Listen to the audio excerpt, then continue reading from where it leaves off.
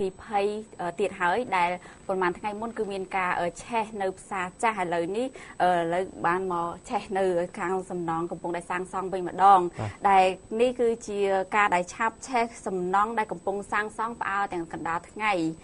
สมาตกิจปราดยนต์ผลลดอากีภัยจำนวนปีเครื่องผลลดเพลิงได้ชับแช่สำนองแต่มวยขณะได้กาเพลิงทะเลเลือใบกรอบสำนองขนมเปเจียงได้กำปงแส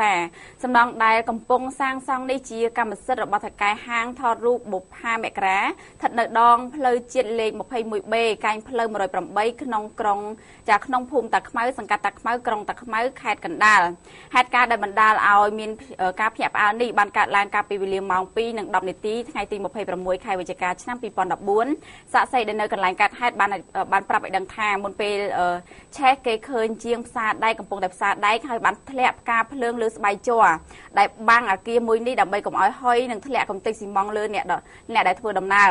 ដែលហើយនឹងអ្នកដែលមានទីលំនៅឋាននឹងចិត្តខាងរួចក៏បានឆេះសន្ធោសន្ធៅឡើងនឹងត្រូវបានរថយន្តពលរដ្ឋអគ្គីភ័យរបស់ស្នងការដ្ឋាននគរបាលខេត្តកណ្ដាលចេញអន្តរាគមន៍ទាន់ពេលវេលា